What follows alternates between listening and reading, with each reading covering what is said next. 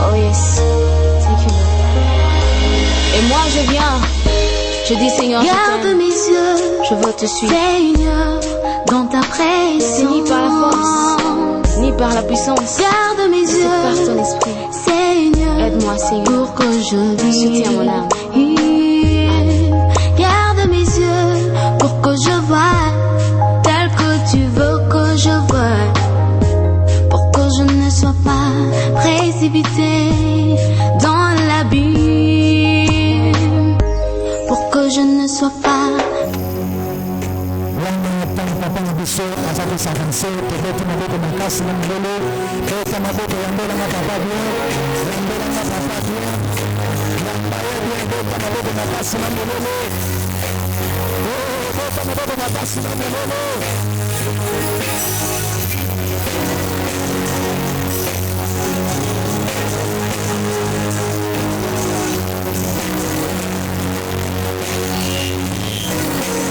Merci. Gloire soit à Dieu Tout-Puissant. Nous allons élever nos mains. Nous voulons passer à la prédication ce matin.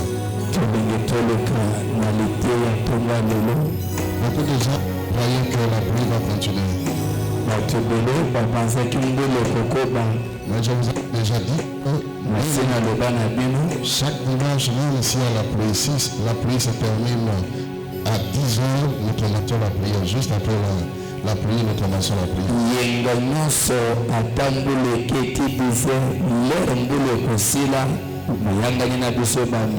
Pourquoi? Parce que pendant la pluie, les gens partent à l'église, ils partent au marché, ils partent au travail, à l'école, à l'université, et dans les affaires. Mais quand il y a la pluie, les gens ne viennent pas à l'église, c'est pas normal.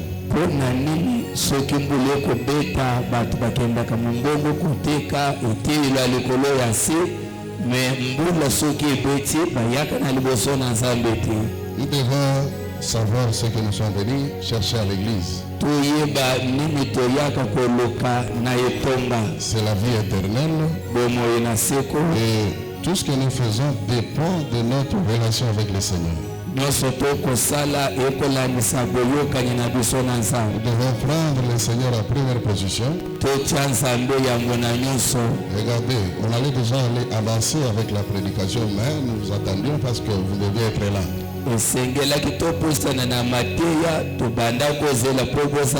Nous ne pouvons pas aussi prêcher les chaises, mais on doit prêcher aux gens.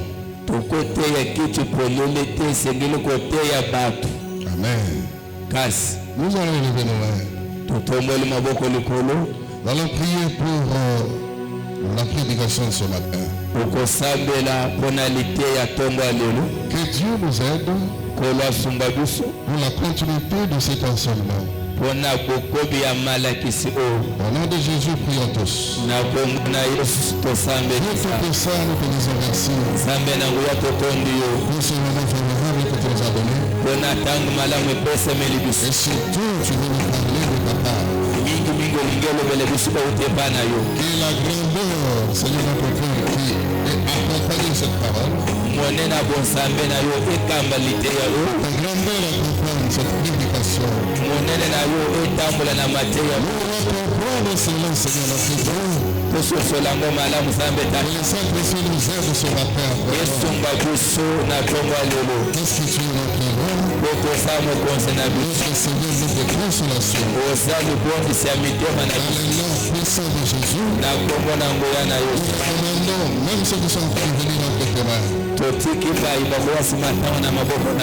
qui nous suivent sur les réseaux sociaux, que ta grâce soit sur chaque personne. Au nom puissant de Jésus. Amen. Acclamons le Seigneur. Nous profitons pour lire directement le livre de Jean chapitre 17. Jean chapitre 17. Je vous avais promis que je suis en train de parler de la prière sacerdotale. On avait déjà commencé ça, alors c'est la continuité. nalobaki toko teya losambo ya bonganga na nzambe eza bokolo. La prière que le Seigneur avait faite avant de quitter cette terre des vivants. Losambo nkolo asalaki yambo anyotolama. Parce que dans ces paroles-là, il y a beaucoup de choses qui nous révèlent beaucoup de choses. Il y a beaucoup de révélations dans ce que nous sommes en train de dire. C'est pourquoi j'avais promis de parler sur ça. On avait déjà commencé et nous continuons. On avait mis une pause parce qu'on avait un séminaire. Il y avait notre bien-aimé Joël avait prêché aussi. Et nous avons reçu quelqu'un qui était venu de Lubumbashi. Tel que j'avais promis, j'ai sur ça. Alléluia. Aujourd'hui, nous lisons 17, le verset 6 à 10. Jean chapitre 17, 6 à 10. J'ai fait connaître ton nom aux hommes que tu m'as donné du milieu du monde. Ils étaient à toi et tu les as donnés et ils ont gardé ta parole. Maintenant, ils ont connu que tout ce que tu m'as donné vient de toi. Quand je leur ai donné les paroles que tu m'as données, et ils les ont reçues. Et ils ont vraiment connu que je suis sorti de toi. Et ils ont cru que tu m'as envoyé. Le verset 9 nous dit, c'est pour eux. Je ne prie pas pour le monde, écoutez mon privé, je ne prie pas pour le monde, mais pour ceux que tu m'as donnés, parce qu'ils sont à toi. Et tout ce qui est à moi est à toi. Et ce qui est à toi est à moi. Et je suis glorifié en eux. Appelons le Seigneur. Merci. Mettez-vous, que Dieu vous bénisse. Nous sommes dans la continuité de ce que nous avons déjà commencé. Pour votre information, concernant notre construction, si vous montez là-bas, vous avez dit, si tu montes, tu peux parler en langue. Le Saint-Esprit va te toucher comment à parler en langue. Parce que nous sommes avancés déjà. Et par la grâce de Dieu, d'ici la fin du mois, on va courir là-bas. Et commencer le crépissage et puis autre chose. Que Dieu vous bénisse. Est-ce que vous êtes content pour ça? Mettez debout, acclamez le Seigneur, glorifiez le Seigneur pour ça. Parce que tu es en train de construire la maison de Dieu. Et Dieu construit aussi ta maison, construit aussi ta vie. Merci, mettez-vous. Alléluia. Amen. Alors, la prière sacerdotale. Nous avons dit que avant que Jésus ne parte, ne quitte la terre des vivants, il a commencé à parler, à s'adresser au Père, au sujet de ceux qui le suivaient, au sujet des disciples. Longuement qui est disciple. Vous connaissez ce qu'on nous a dit. Je vous ai aussi enseigné à mettre le plus sur les disciples là. Alors il parlait à ses disciples, pour les sécuriser par rapport au grand travail qu'il devait faire. Pour les mettre en contact parfait avec le ciel. Parce qu'il devait partir. Et la continuité de l'œuvre devait aussi être achevée. Bien-aimés, rassurez-vous. Je vous ai souvent dit que le salut est là responsable du salut d'une autre personne. Si aujourd'hui le Seigneur a fait grâce pour que tu le connaisses, comporte-toi en vase communicant. Ce que tu connais, donne aussi aux autres. Enseigne aussi aux autres. Pour que le royaume des cieux soit rempli de personnes qui étaient perdues mais qui sont revenues vers le Seigneur. Nous ne sommes pas ici pour les spectacles, mais c'est pour hériter la vie éternelle. Et avant d'y arriver, la bénédiction, tout ce que vous connaissez, nous suivons. Et après tout ça, nous voyons le ciel. Alléluia. Parce que les bénédictions peuvent nous empêcher d'entrer au ciel. Si ces choses-là ne nous poussent pas à être en contact parfait avec le Seigneur, nous devons cultiver notre relation parfaite avec le Seigneur et savoir prendre Dieu en première position. Si Jésus était venu, il était venu justement pour ça, pour nous canaliser par rapport au ciel. Alléluia. Acclamons le Seigneur. Canaliser par rapport au ciel. La bénédiction, le mariage et tout ce que vous connaissez, ce sont les conséquences du salut. C'est comme une personne qui achète le billet d'avion, qui doit partir en Europe, qui doit partir à Mujimai, qui doit partir aux États-Unis. Il n'a pas acheté le billet pour manger dans l'avion. Si c'était pour manger, il devait manger chez lui. Si c'était pour boire quelque chose, il devait boire chez lui. Mais il a acheté pour arriver à la destination. L'on soit rendu au Tout-Puissant. Et manger dans l'avion, boire aussi quelque chose dans l'avion, ce sont les conséquences du billet qu'il avait acheté. C'est comme, je peux dire ceci, ce que nous vivons aujourd'hui, ce sont les conséquences du salut. Se marier, avoir les enfants, construire des maisons, être en bonne santé. Tout ce que nous vivons, tout ce que nous recherchons, ce sont les conséquences du salut. Acclamons le Seigneur. Nous devons chercher à entrer dans le salut éternel. Et justement, Jésus était ça. Jésus était venu pour que nous soyons sauvés. Pour nous montrer le modèle du ciel. Pour nous montrer ce que Dieu veut. Nous puissions marcher conformément à ce que Dieu cherche. Si c'était pour le mariage, les biens matériels, Jésus ne pouvait pas venir. Parce que les gens se mariaient. Les gens avaient des maisons. Ils avaient des fortunes. Alléluia. C'est comme ça qu'il y a la différence entre une bénédiction et quoi est la richesse. Les gens étaient riches. Ils n'étaient pas bénis. La bénédiction couvre toutes choses. La bénédiction nous amène aussi les matériels. Nous amène le ciel.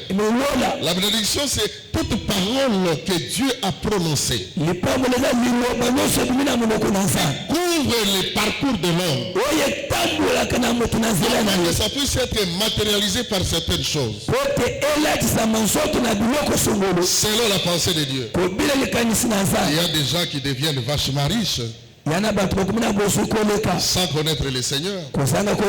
Et ces gens-là, quand ils ne connaissent pas le Seigneur, ils iront en enfer. Mais la personne qui connaît le Seigneur, à Après avoir été riche sur la terre, à cause de la bénédiction de l'Éternel, après tout ça, il ira au ciel.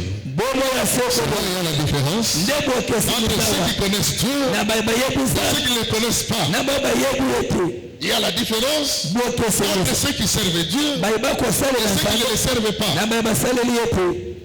Acclamons le Seigneur. Nous devons savoir quand nous venons à l'église, nous devons donner toute notre attention à ce que le Seigneur parle. Est-ce que le Seigneur est en train de chercher en nous? Jésus était venu pour ça. Il a dit ceci. Parce qu'on avait déjà expliqué le premier verset jusqu'au 5e. Nous continuons avec le verset 6. Il a dit, j'ai fait connaître ton nom aux hommes que tu m'as donnés au milieu du monde. C'est-à-dire que le Seigneur est en train de privilégier les gens qui l'ont connu, les gens qui connaissent son nom, les gens qui se donnent à lui, les gens qui donnent au Seigneur la première place dans leur cœur. Et il les a fait connaître le nom. La Bible dit, les gens que tu vas donner au milieu du monde. Et quand vous continuez, vous allez voir. Que je ne prie pas pour le monde. Pardon? Je ne prie pas pour le monde. Mais je prie pour les gens que tu m'as donnés. La prière de Jésus. Ou encore le privilège de l'Éternel. Ce privilège n'est pas pour tout le monde. C'est seulement pour les gens qui le connaissent. Et les gens qui ont soif de lui. Les gens qui cherchent l'Éternel. Les gens qui s'approchent de Dieu. Et ces gens-là sont différents de toute autre personne. Est-ce qu'on peut acclamer le Seigneur? Le Seigneur privilège ceux qui sont en lui. Ce n'est pas pour le monde. La prière, c'est pas pour tout le monde. Dieu n'intervient pas pour tout le monde. Dieu intervient d'une manière privilégiée pour les gens qui le connaissent. Les gens qui ont une connaissance, une information approfondie à sa parole. Les gens qui peuvent s'approcher de lui. Ce sont ces gens-là que Jésus les privilège. Est-ce qu'il y a un privilégié de Dieu ici? Est-ce qu'il y a un privilégié de Seigneur? Acclame vos proverbes. Dieu te bénisse. Dieu te bénisse. Je ne prie pas pour le monde. Tout le monde est créature de Dieu. Mais tout le monde n'est pas enfant de Dieu. Alléluia. Comprenez-moi très bien. Dieu a créé le monde.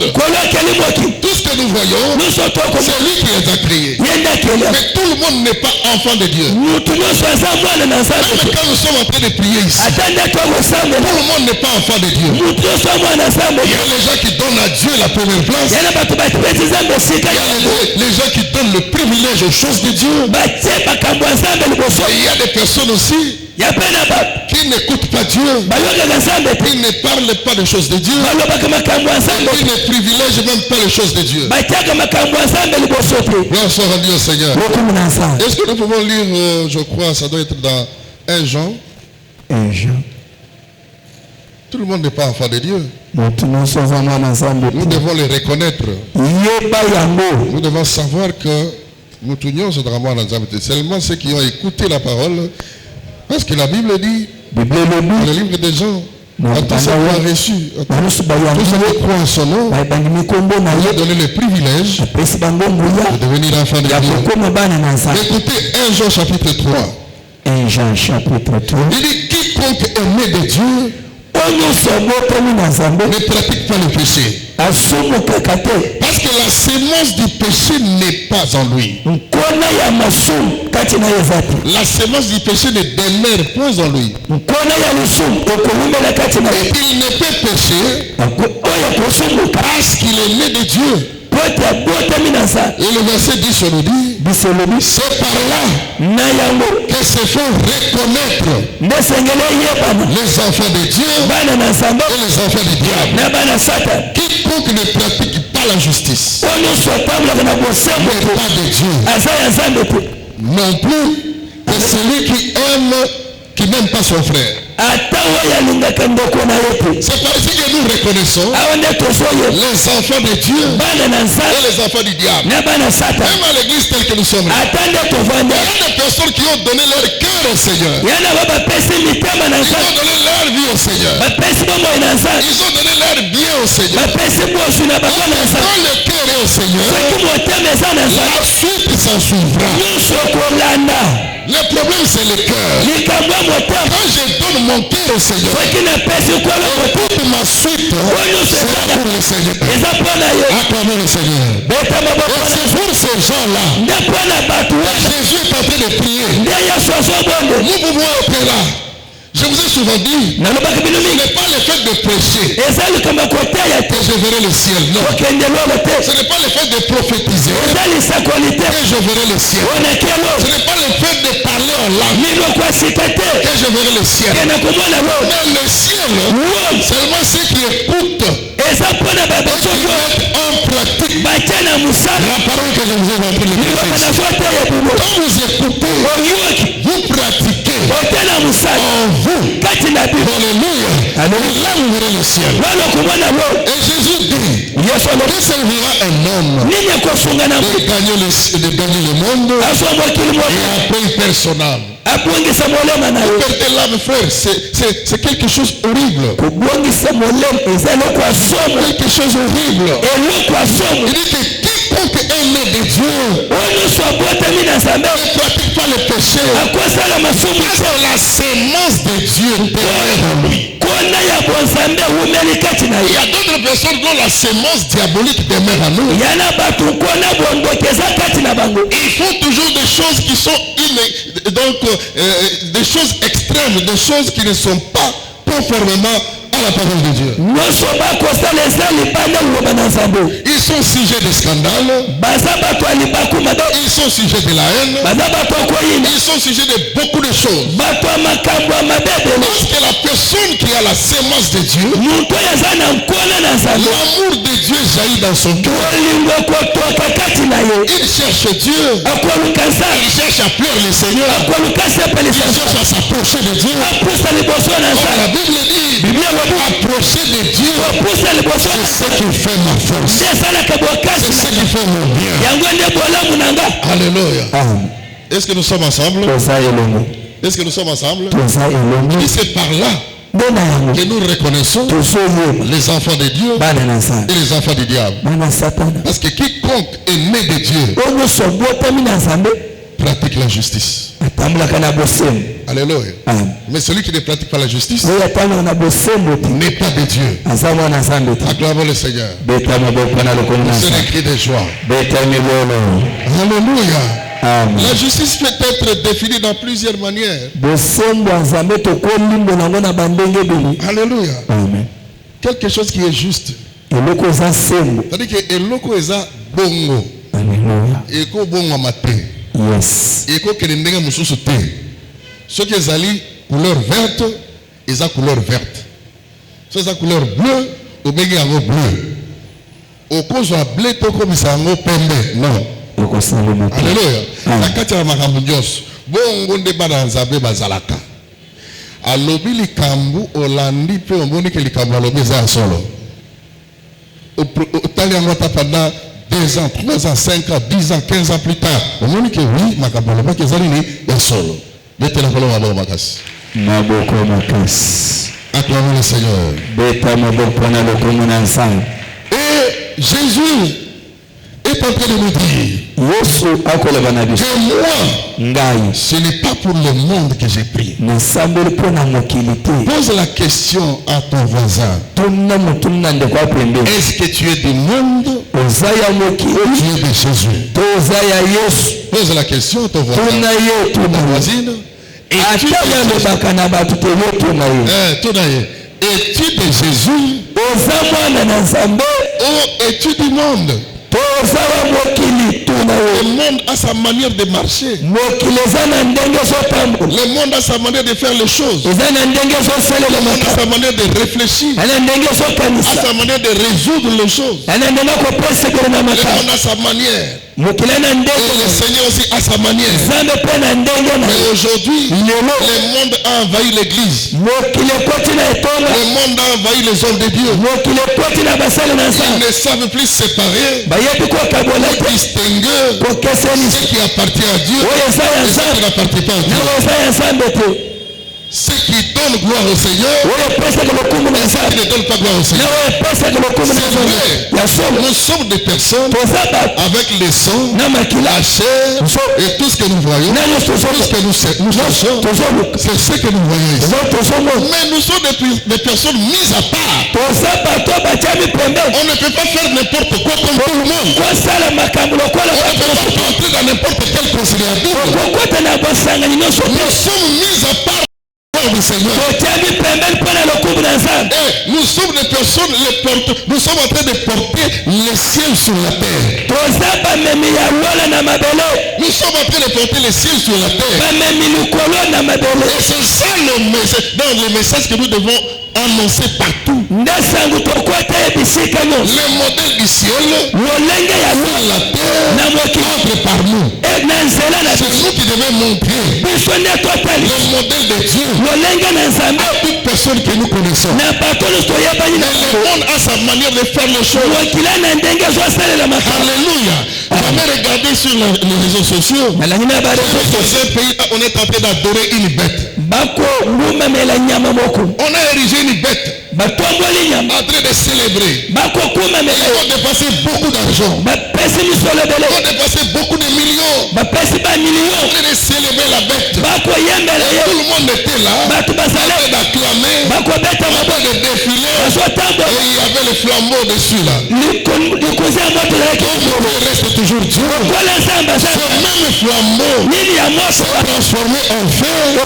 Et ça a brûlé la statue devant tout le monde. La gloire que nous devons donner au Créateur. Le monde donne à la création. Mais nous, en tant qu'enfants de Dieu, les privilégiés de l'Éternel, les mis à part, nous avons été soutenus par la prière sacerdotale de Jésus. J'ai pris pour eux, c'est pas pour le monde. C'est-à-dire, je les encadre par rapport au monde. Je les sépare par rapport au monde. Ce sont des personnes privilégiées. Ce sont des personnes célestes. Mais étant sur la terre, nous devons porter notre nom partout. Nous devons évangéliser partout. Parler de toi partout. Alléluia, gloire au Seigneur. Alléluia. Est-ce que nous sommes ensemble? Alors les chrétiens aujourd'hui, ils dorment beaucoup. Ils ne font pas cette mission-là. Jésus a dit, je les ai donné ton nom. Je les fais connaître ton nom. Connaître, c'est avoir une information approfondie sur la personne. C'est encore avoir une liaison avec la personne. C'est encore rétablir cette relation parfaite. Alléluia. Amen. Avoir une information approfondie sur le Seigneur. Établir cette relation avec le Seigneur.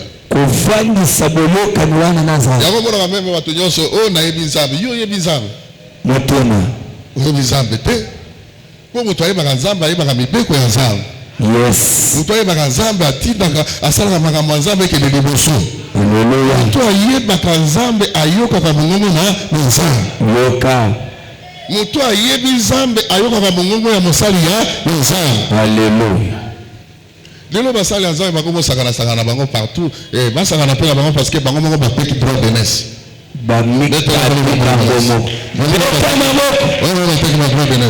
Des personnes privilégiées, les personnes célestes, ils doivent montrer le modèle du ciel. Ils ne connaissent pas ce qu'ils sont. Toi aussi tu ne connais pas ce que tu représentes. Même un petit démon, même un petit sorcier, sorcier stagiaire, tu ne connais pas ton identité. Ce que tu représentes en Jésus. Jésus a prié pour toi.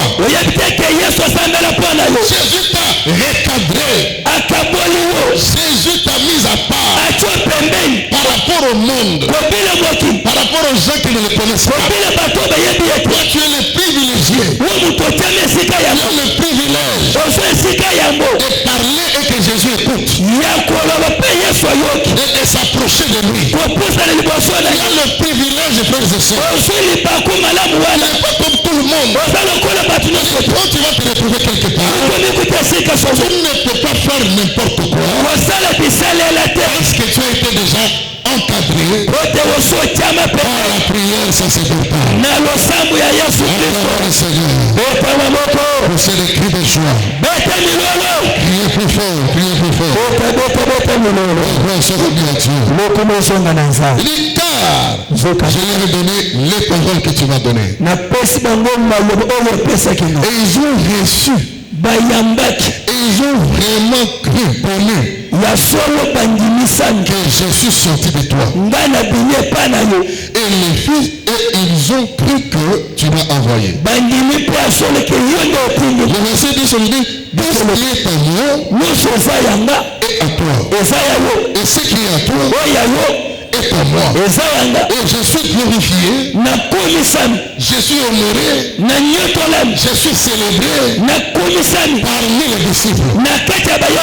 Alléluia. Alléluia. Amen. Là, Jésus nous montre que lui et le Père, c'est une seule personne. Je vous avais parlé la fois passée que le Seigneur, Jésus, c'est lui notre véritable Dieu. Et la vie éternelle. Est-ce que tu peux acclamer le Seigneur? Aujourd'hui, j'ai vu encore quelqu'un qui baptise une personne au nom de Branham. Qui avait vu ça? Il y a les gens qui sont informés. Commence à parler. Parce qu'il y a le troisième évangile, tout ça. Ça y est, explication. Et c'est répandu un peu partout. Mais ça, c'est une abomination qui va amener en enfer. Alléluia. Branham, c'est un homme de Dieu. Nous respectons beaucoup. Même le fait pasteur Baruti lui-même avait dit que Branham n'est pas notre Dieu. Notre Dieu, c'est Jésus. C'est lui qui a donné sa vie pour nous. Bien-aimés, ne laissons pas les gens en train de discréditer l'évangile. C'est pour cela que le Seigneur nous a appelés. Pour remettre les gens sur les rails. Pour parler de sa part. Les gens sont en train de mourir. Les gens sont en train de partir tout droit en enfer, petit à petit. À petit feu. Alléluia. Jésus était venu, il a dit, je l'ai fait connaître ton nom. Quel est le nom que Jésus nous a donné? Le nom qui sauve. Le nom qui guérit. Le nom qui élève. Toute prière doit être faite par ce nom-là. Quel est le nom que nous devons faire la prière? Alléluia. Quel est ce nom-là? Est-ce que quelqu'un se connaît? Le nom qui nous sauve. Le nom qui nous guérit, il est là qui nous élève, il est là qui nous bénit, il est là qui fait de grandes choses avec nous. Quel est le nom que Jésus nous a montré? Alléluia. Oui? Zam, Yesu, comme on appelle ça biso. Oyo ko big sabiso, oyo ko fumana biso la porte. Va prier de ça magana kombo wana. Alléluia. Hein? Comment? Le nom de Jésus. Acclamons le Seigneur. Acclamons le Seigneur. Poussez les cris de joie. Gloire soit rendue au Tout-Puissant. Bien-aimé dans le Seigneur. Nous n'avons pas un autre nom qui nous a été donné sur cette terre. Pour sauver le nom de Jésus. C'est ce nom-là qui sauve. C'est ce nom-là qui soutient. C'est ce nom-là qui change de situation. C'est ce nom-là qui délivre. C'est ce nom-là qui ouvre des portes. C'est le nom qui a réconcilié le monde et le ciel. Le ciel et le monde. Les gens qui sont sortis du monde ont eu leur réconciliation avec le ciel à l'intermédiaire de Jésus.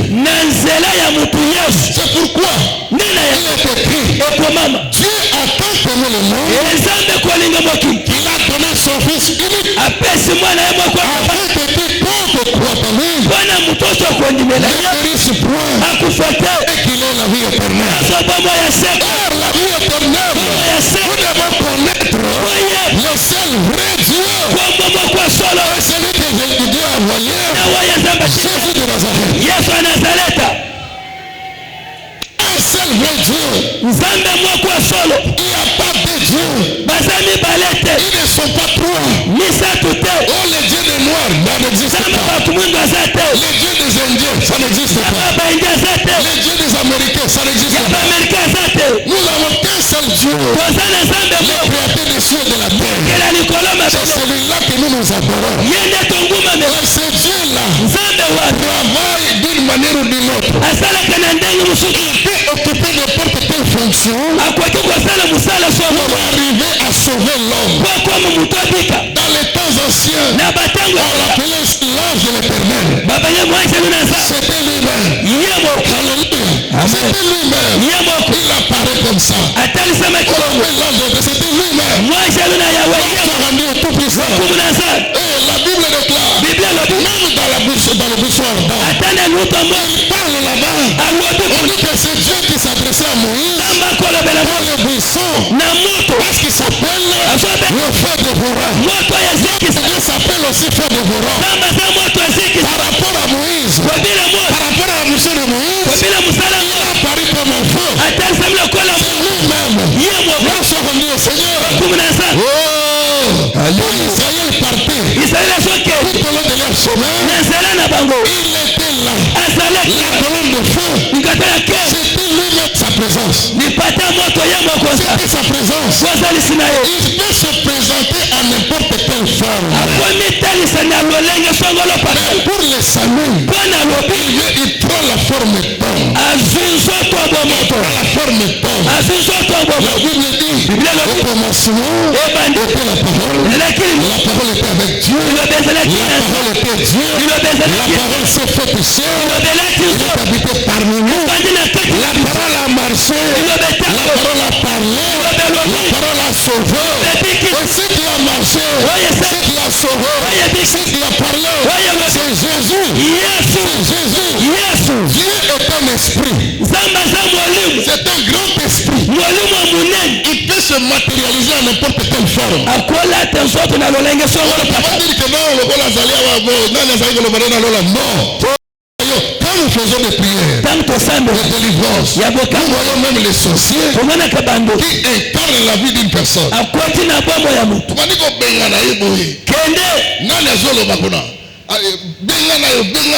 Cette chance au nom de Jésus. Et vous voyez quelqu'un commence à parler.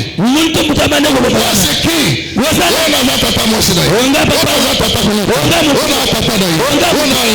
Alors, Babylone biloko ya mike oyo akoti awa akoti kuna akoti kote kuna sikoyo nzambe ya monene oyoka awa tanga azoloba awa moyo azali alleluya bona nzambe ya monene oyo akozwa n'importe quelle forme amikaboli na ndenge na ye parce que c'est lui le créateur c'est lui le décepteur c'est lui c'est lui qui a la vision de l'humanité c'est lui qui fait tout il fait tout Jésus commençait à parler aux disciples il peut quand j'étais avec eux ici dans le monde mais quand il parlait il était encore ici sur la terre quand vous lisez le verset 11 vous allez voir que non azolo balokona aza lisusu te mais aza na bango mais sur le plan spirituel ana bango lisusu te betela koloba bo makasi ces liens-là soient réellement renforcés. Bien aimé, Dieu nous a appelés pour que nous soyons nombreux. Pour que nous devenions nombreux, pour parler aux autres. Parler aux autres. Alléluia. Si vous lisez le verset 20. Verset 20. Jean chapitre 17, verset 20. Qu'est-ce qu'on nous dit là-bas? Ce n'est pas pour eux seulement que j'ai prié. Ce n'est pas pour eux seulement que j'ai prié. Mais encore pour ceux qui croiront à mon nom par leur parole. Encore pour ceux qui croiront à mon nom. À cause de leur parole. Même ceux qui croiront. Quand je suis en train de prêcher comme ça, quand toi tu parles du Seigneur, quelqu'un croit à travers la prédication que tu vas donner, l'exhortation que tu vas donner, automatiquement il entre, n'est-ce pas, dans les privilèges de cette prière. Alors c'est pour dire que nous avons été appelés pour faire un travail. Acclamons le Seigneur. Acclamons le Seigneur.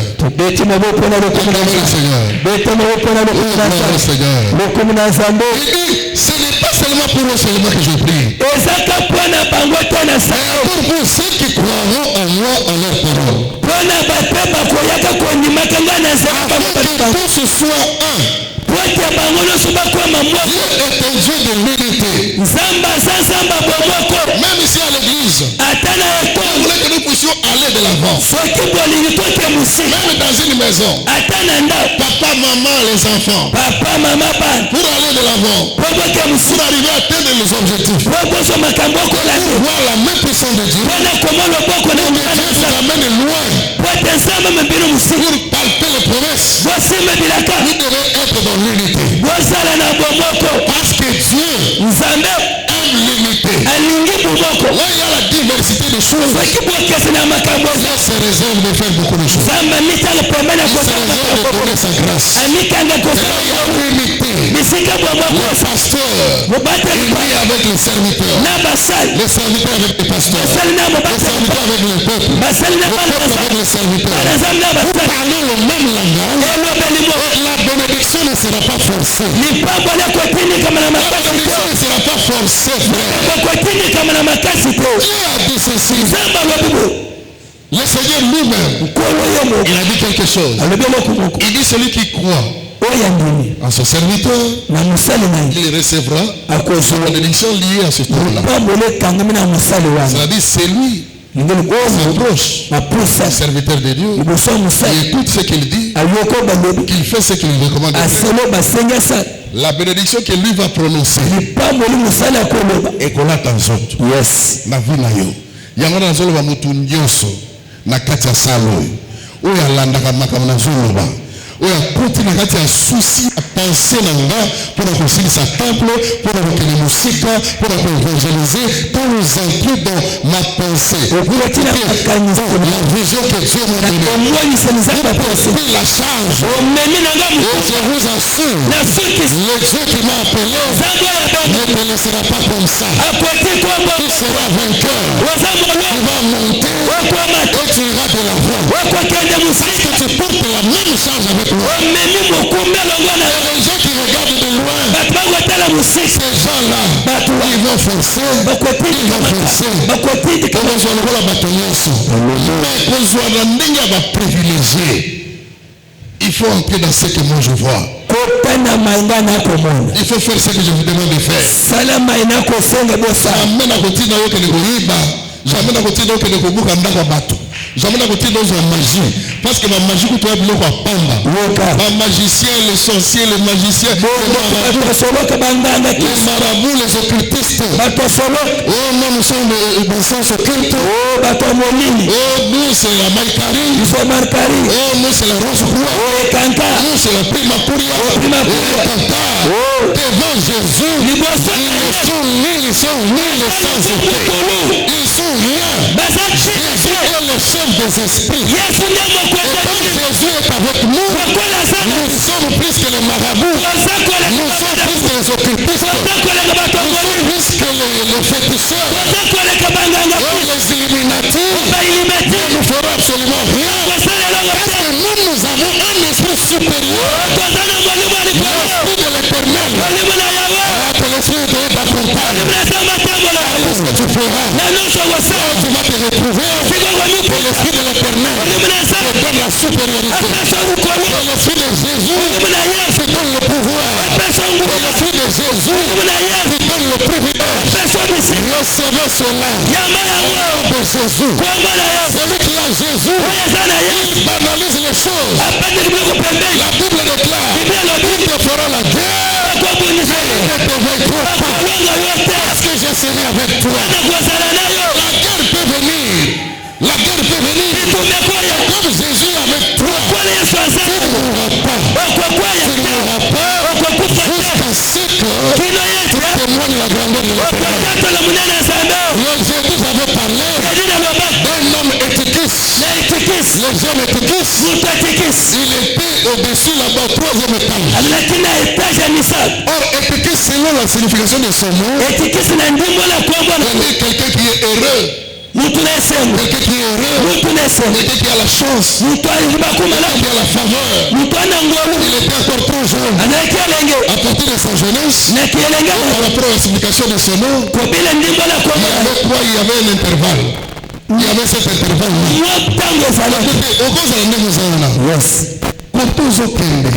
Intervalle les alliés. Nakati intervalle makamoko ya ebele. Mais ceux qui nous sont pas les Yesu. Pourquoi ma place au retourner? Au nom de Jésus. Pourquoi ma place au retourner? Parce qu'il a prié pour nous. Cette prière-là nous facilite, n'est-ce pas, le parcours. La prière de Jésus nous facilite le parcours. Est-ce que nous sommes ensemble? Est-ce que nous sommes ensemble? Bonsoir, Dieu Seigneur. La Bible dit l'apôtre Paul a parlé jusqu'à minuit. Tellement que discours l'équipe moulaï 10 minuit à Zokoba. Ok, net. Il y a un fan de 10 minuit. D'ailleurs, on va dire dans la montre. Bête la colombe à bon magas. On fan de 10 minutes. Mais l'apôtre Paul a parlé jusqu'à minuit. Et la somnolence a commencé à prendre les jeunes Éticus. Il avait un projet, Dieu avait un projet pour lui. Le projet ne s'était pas encore réalisé. La somnolence l'a pris. Il est tombé. Il est mort. 3e étage. Là-bas. Il est tombé par terre. Il est mort. Il y avait panique. Mais l'apôtre Paul est descendu. Il a pris par la main. Et il a dit que personne ne se trouble. Son âme est encore à lui.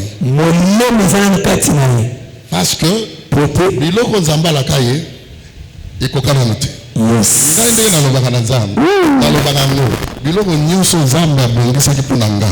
Tant que siri na moto na kofate. Ezabongo. Nyope tant que siri na moto okofa te. malade koya, ma complication koya. Mais accident koya. Maman Jacques a un petit peu témoigné. Ah, peut-être Katia na mukuse. Akoya kina koya, mbutuka bisi ya mulai wana ba bien. Ya kiti azo kati sapa kende kuna omone na ba benga ba séparateur wana. Na ba séparateur. Ba séparateur fa mulai fo matapo o escalader côté kuna. Chauffeur bazwa ki ole kitanase non amateli kolo à côté de ba séparateur. Comme kuna sikoyo ba soani c'est d'abord na kati ya bus a kiti. Ce qu'il faut katisa séparateur bon kati balabala. A kiti côté kuna talaka ya. Abeta mo nzangote. A kiti. Bongo bisi zoya. Kaka pembeni na yebo. Wa asali mo nzango mukeboe akwila se. Donc bisi leki vitesse. Alléluia. Makambo zamba lo makina ye. Auto-réaliser ngana ye. Esi na note. So na ko to pa ye ndenge. Bakutu tendenge ni tala. A des fois il faut même ça va zamba binoko na kabinga na mamonite. Atana bele il faut na be. Il faut na beka. Alléluia. Il faut na beka. Il faut na kabinga e mona ni na tezam. Oko peka na bangote. Utanga na comment? Alléluia. Nani mokozi? Yes. Acclamons notre Seigneur. L'apôtre Paul dit que non, amenez à la catégorie. Ce que j'avais dit le jeudi là, je dis que les serviteurs de Dieu ont les capacités de voir plus loin que toi. Dieu peut les faire voir ta vie de là-demain. Il prononce des choses sur toi. Si tu es d'accord avec ça, ça va les retirer toi. Si tu n'es pas d'accord,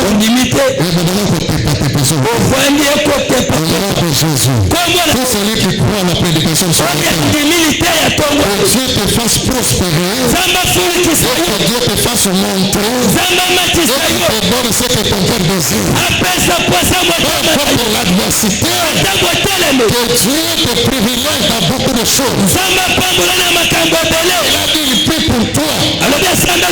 Pas seulement pour toi, mais pour ceux qui croiront dans la prédication que je prêche ici.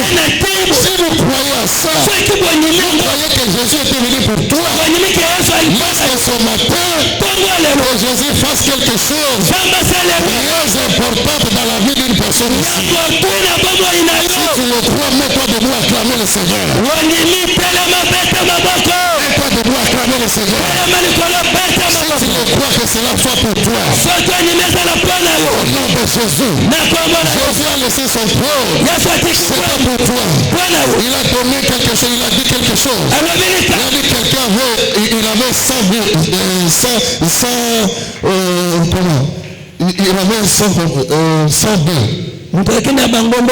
Alléluia.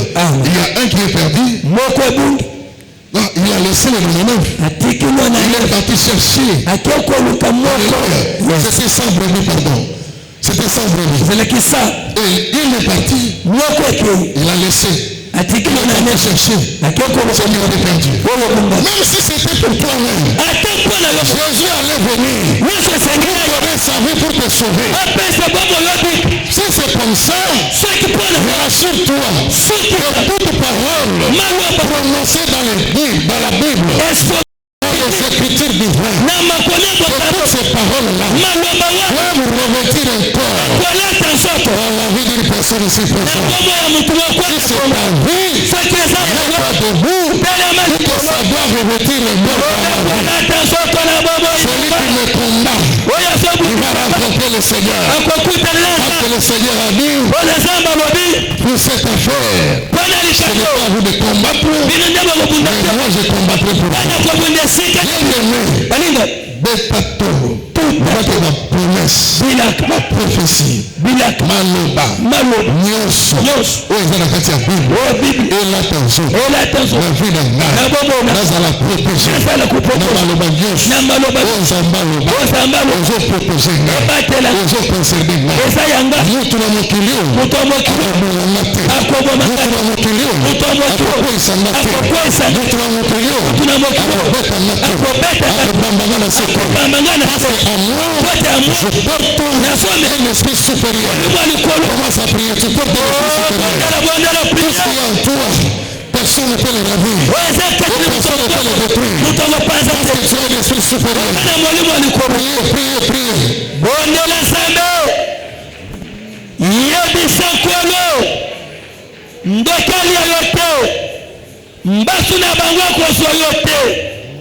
Vene ya nyoka na bango kokota yote bakwaka usayote ozana mwalimu alikolo bakwalia bana na yote bondo kokota te okobeba te libale kwa kabwana te mbongo ne kosira te wakolongo musala wana te ozana mwalimu alikolo ondela sambe prier. Tout ce qui est à toi, personne ne viendra. Personne ne peut le ravir. Personne ne peut le toucher. Parce que Jésus le protège. Dans la prière sacerdotale, il te protège. Toi, tes enfants, ta femme, personne ne te ravira. Priez, priez. Priez le Seigneur. Bondeleza kitu wana ya biro kolongwa te tika baloba bafunda babundisa yo esikwa lokotike la bangote bondeleza atana itela likolo mashina bangwe ko bebisa mutu na yote ekobungisa bakwata na yote bondeleza mbe mombongo kwa kaukate bondeleza matana losa yebisa kolo bana nanga kelasi ya bani bonde kibakolia te mayele kobeba bangote bonye kobeba bangote bakotanga bakosuwa bakomata pote kati na bango ezana molimo bonsambe molimo likolo ataksida emema yote maladi wana emema yote bonela sambe wodela sam matana losa yebisa kolo mabota na ngai bakokanga ngote nzela mobembo bakokanga te koluka na ngai na kosuwa poteza mazana yo yebisa sam ministere na yo ekomata pio ekomata makambo molimo ekofungwama ekosala musala okote evanjili batu bakobika wakosimba mbongo wakobala wakobota wakotonga wakosilisa wakomata na musala salere komata kapitale komata biloko komata bamarshe koya mibebo kofungwama bazele kofungwama watana molimo likolo bondela sambe wabamaloba mama pona mobali na yo yebisa sambe na mibebo akendaka akotinda te akokauka te bondela pona ndaku na yo yakolia sanga te mbongo minerval esanga te klase bami yakofuta ndako esanga te bondela sambe bwanya mayele epesa melabana bondela sa oh priez pour eux, ce n'est pas pour le monde. Vous avez vu des chansons privilégiées. C'est comme une personne qui a un compte en banque. N'a pas peur de signer un chèque. N'a pas peur de prendre des engagements. N'a pas peur de faire des dépenses. Parce qu'il a un compte en banque. Et quand il n'a pas un compte en banque, tu vas trop réfléchir. Tu vas forcer les choses. Quand il n'a pas un compte en banque, La banque ne peut pas te donner l'argent en crédit. Mais celui qui a un compte à banque, on peut lui donner à crédit sans problème. C'est-à-dire, la prière que Jésus a faite, si réellement tu appartiens à Jésus, tu vas réclamer tes droits même. Parce que tu as le privilège, Jésus va le faire. Tu n'es pas comme celui qui est à côté de toi. Tu n'es pas comme celui qui est à côté de toi. Mais toi-même tu connais ta relation avec le Seigneur. Parle-lui. Et ça va se réaliser. Comme il a prié, il t'a recadré. Il t'a mis sous sa couverture. Il te connecte au ciel. Tu vas parler le ciel et mais c'est le ciel qui conduit la terre. C'est le spirituel qui conduit le physique. Tout ce que tu vas dire aujourd'hui, retiens cela. Aujourd'hui nous sommes le 8 mai 2024. Ouvre ton cœur. Parle à Dieu. Dieu va exaucer ta foi. Dieu va réaliser ça. Lève les deux mains. Prie le Seigneur. Comme tu es le privilégié, ça dossier n'arrive pas à Polo. Zambala tu sais dossier dans Zoto. Prions ton Seigneur de Jésus.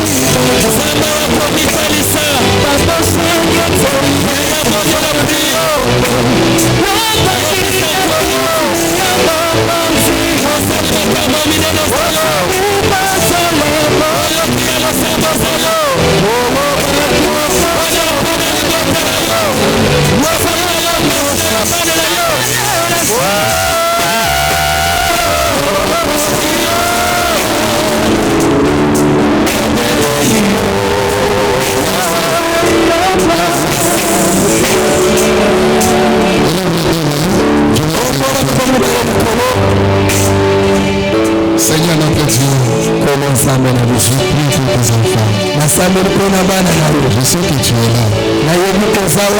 Seigneur, tu as prié pour nous tous. Nous sommes privilégiés. Je prie par rapport à ce privilège. Nous sommes mis à part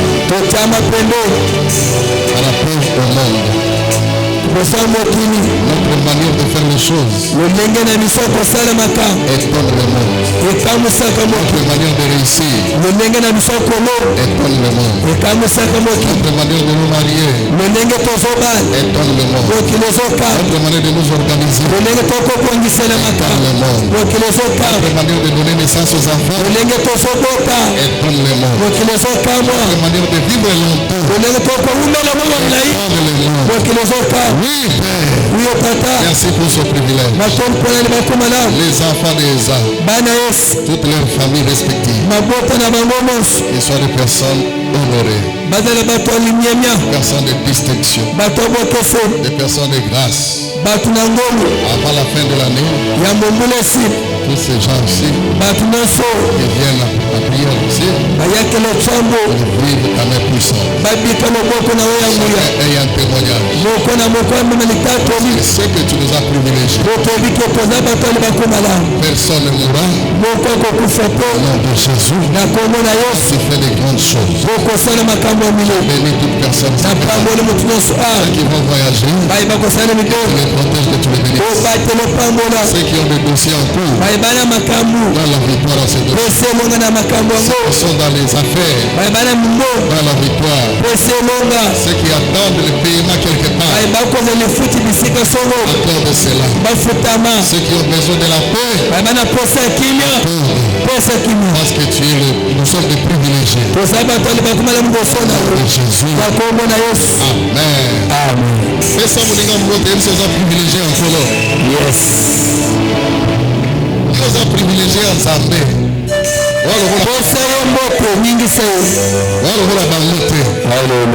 gloire au Seigneur. Là, soit rendu au Tout-Puissant. Voilà, motonyo sopé. Donc, makamuna yo et kesana bato. Alléluia. Parce que Yesu aussi a bongi ça ensemble là. On a privilégié, on a mis à part.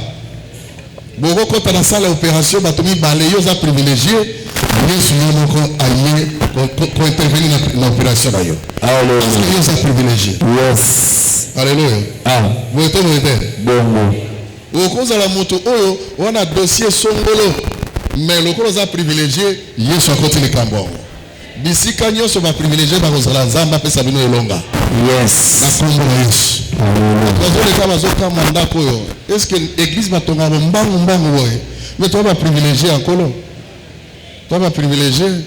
Bien va privilégier, va tomber en Zambie la bango. Est-ce que c'est amen? Dans la vie, c'est amen.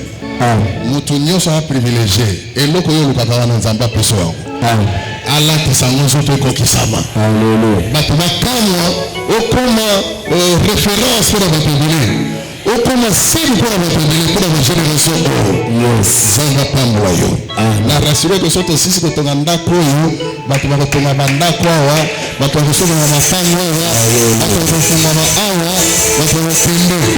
Donc kanga motema to sa nini to service. Alléluia.